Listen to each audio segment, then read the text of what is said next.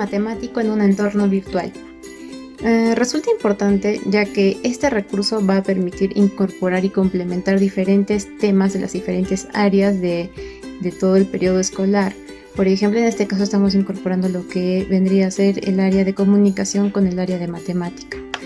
También permite el desarrollo de la literatura, en este caso de la literatura y redacción infantil y de los niños. Permite generar ideas y ser creativos en cuanto a la redacción y estructura de un cuento.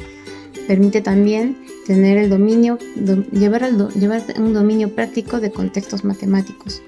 También permite establecer una motivación e interés en el alumno, ya que es un recurso didáctico y puede motivar al alumno a prestar mayor atención, a concentrarse y reforzar conocimientos previos y analizar el contexto problemático para dar una posterior solución. El cuento también pasa a tener un rol mediador entre la didáctica que presenta en su desarrollo y la posterior actividad que se presenta al final del cuento matemático, como lo veremos al final de esta presentación.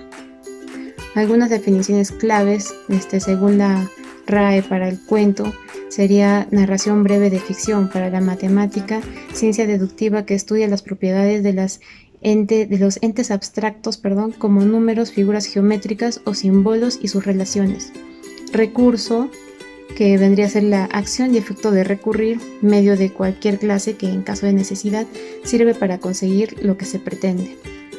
El entorno es el conjunto de características que definen el lugar, y virtual, que tiene virtud para producir un efecto, aunque no le produce de presente, pero frecuentemente es oposición a efectivo o real, implícito, tácito, que tiene existencia aparente y no real. En cuanto a la elección y la narración del cuento, vamos a dar un tiempo para hablar de esto. Se refiere a que los docentes debemos tener en cuenta que debemos elegir un cuento adecuado en cuanto al tema que queremos trabajar. No podemos escoger cualquier cuento. Es importante que el docente aprenda a narrar de manera adecuada para que pueda transmitir realmente el cuento a los alumnos, si no los alumnos no tendrán mucho interés en escuchar un cuento que no es narrado con la magia que necesita un cuento. Por otro lado, los docentes debemos aprender a escribir nuestros propios cuentos, porque no siempre vamos a encontrar cuentos que sean acordes al tema que vamos a tratar, o tal vez no sean, no contengan todas las características y detalles que vamos a tocar de cierto tema, ¿no? En particular. Por otro lado, el entorno virtual. Resulta importante para los docentes contar con diferentes herramientas, medios de tecnología que puedan permitirnos llevar a cabo diferentes estrategias por medio ya que, por ejemplo, en situaciones como de cuarentena, en que nos vemos obligados a llevar clases virtuales, es necesario que el docente tenga un dominio, conocimiento, capacitación en este tipo de recursos que implican a la tecnología, para que puedan emitir sus estrategias y sus conceptos, exposiciones y diferentes didácticas que se aplican durante el proceso de enseñanza-aprendizaje. Por otro lado, también nuestros alumnos se han crecido y se desarrollan en la era digital, por lo cual es importante que el docente siempre se encuentre capacitado en cuanto al uso de todas estas herramientas.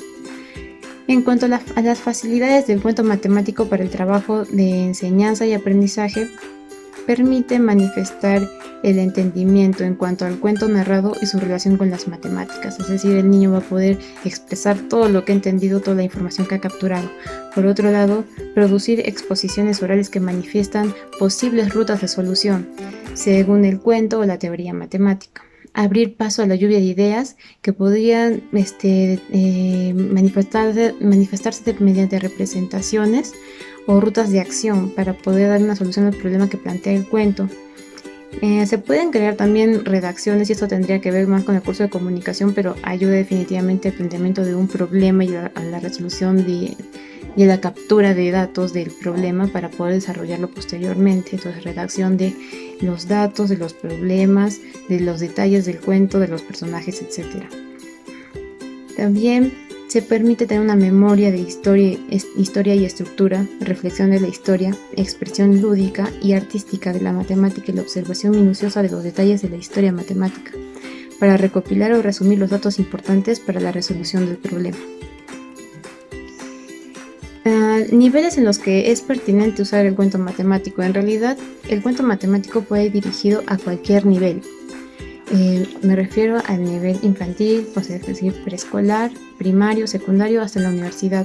Siempre se debe tener en cuenta únicamente el manejo del lenguaje, el vocabulario y la formalidad, tal vez el clima del cuento, la historia y la intención.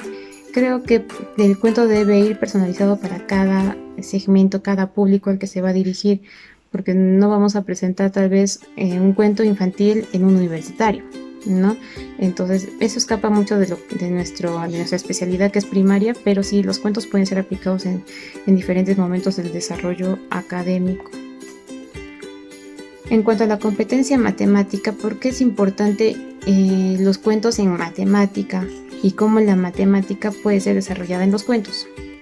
El cuento matemático permite que se amplíen y afiancen los conocimientos y las destrezas de la competencia matemática.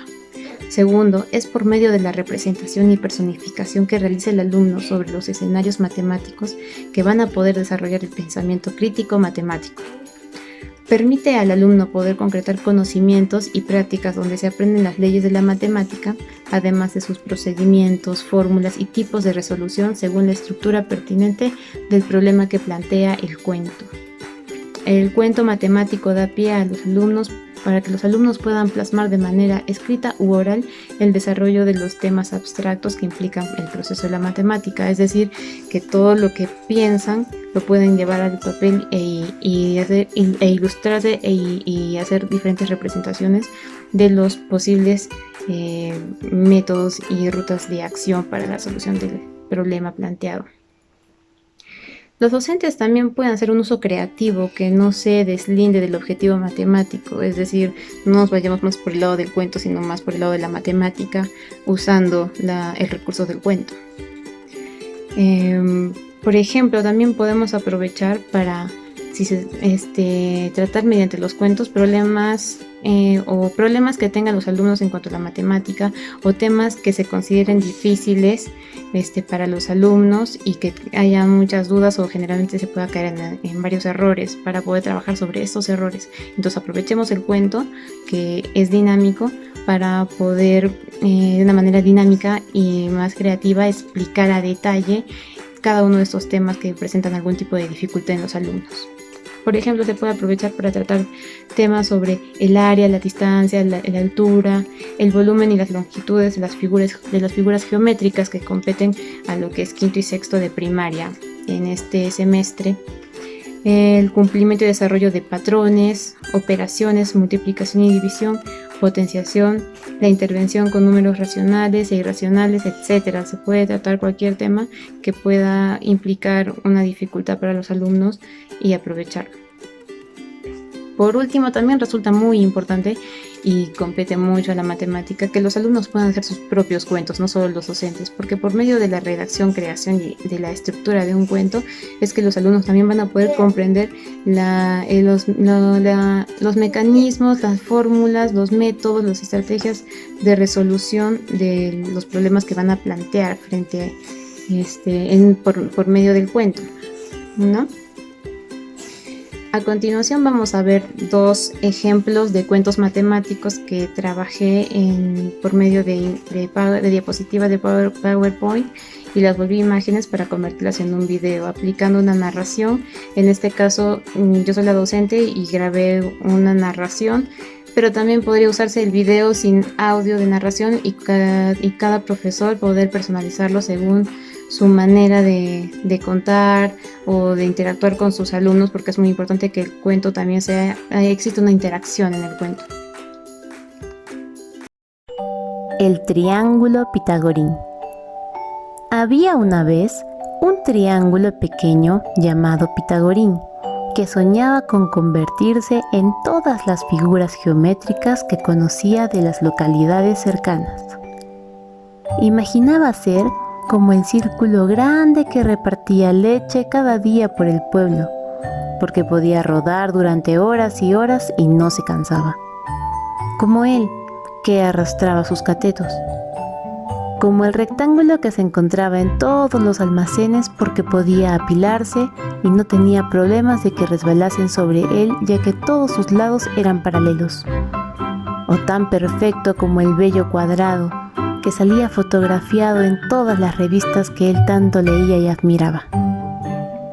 El pobre triángulo pasaba los días llorando y esforzándose cada día más por cambiar su aspecto.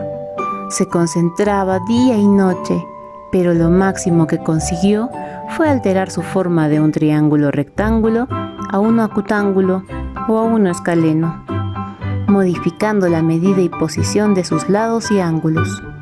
Un día, cansado de tanta lucha sin recompensa, fue a ver a la bruja de los triángulos, ya que decían las malas lenguas que era capaz de transformar a los triángulos en cualquier figura a la que quisieran parecerse. La bruja vivía encima de un árbol que quedaba en un monte y el camino hasta allí era muy difícil y complicado. Por la noche, una estrella formada por triángulos isósceles iluminó el camino de Pitagorín para que no tropezara ni se perdiera hasta que se hizo de día. Por la mañana, continuó su camino hasta encontrarse con un río muy ancho que no pudo cruzar hasta que llegó un barco formado por triángulos que le llevó de una orilla a la otra y así pudo seguir su ruta. Al mediodía se topó con un escalón muy grande al que no alcanzaba.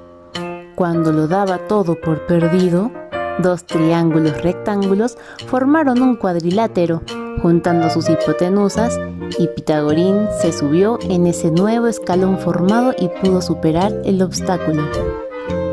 Continuó andando hasta que de pronto se encontró con el monte de la bruja. Pitagorín, emocionado, aceleró el paso subiendo la senda que llevaba hasta la cima del monte. Al llegar a la cima, Pitagorín, asustado, pudo observar la casa de la bruja, que estaba formada únicamente por triángulos. Un triángulo junto a otro hacía un cuadrado, y 6 cuadrados como este formaban un cubo perfecto. La bruja salió a recibirle. «Entra, Pitagorín. Sé que no estás contento con ser un triángulo, pero antes de cumplir tu deseo, quiero que veas algo. ¿Recuerdas las estrellas, el barco, el escalón y mi casa?» Pitagorín asintió con la cabeza. «Todo estaba formado por triángulos. En la estrella y el escalón, los triángulos isósceles y rectángulos se abrazaban con tanto cariño que brillaban para que vieses. En el barco se unieron con fuerza para llevarte sobre ellos y en mi casa ya has visto que todos son triángulos». Miles de ideas giraban en la cabeza de Pitagorín, hasta que concluyó que no envidiaría a ninguna figura más porque solo necesitaba unirse a sus amigos para poder ser otras figuras.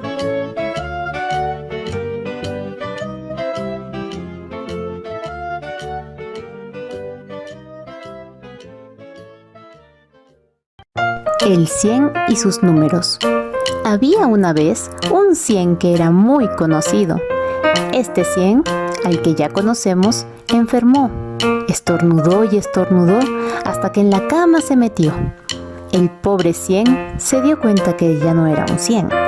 Él era 90 y dijo: ¿cómo habrá pasado esto? Así que fue al médico y le dijo que, de tanto estornudar, le salían números sin parar. Achus 89, achus 88, achus 87, achus 86 y seguían saliendo los números. A la semana siguiente se puso mejor, pero no era un número grande, era pequeño, él era el 1. Volvió al médico y le dijo que buscara todos los números y empezara a sumar y a multiplicar. Encontró los 99 números y empezó a sumar. Primero sumó 10 más 10 más 10 más 10 más 10 más 10 más 10 más 10 más 10 igual 90. Ya tenía 90 números juntos, pero le faltaban 9 e hizo una multiplicación. 3 por 3, 9. Volvió a sumar. 9 más 90, 99. El 1 se comió el número 99 de un bocado. A la mañana siguiente, iba por la calle creyendo que seguía siendo un 1. Pero la gente le saludaba diciendo su nombre: 100, 100, 100, 100, 100. Llegó a su casa y se miró en el espejo. Era verdad, era 100. Daba gritos de alegría y aprendió a sumar y a multiplicar. Gracias al 100, ahora podemos poner 100 en la libreta, en la tele y en cuentos como este. Y colorín colorado, este cuento se ha acabado.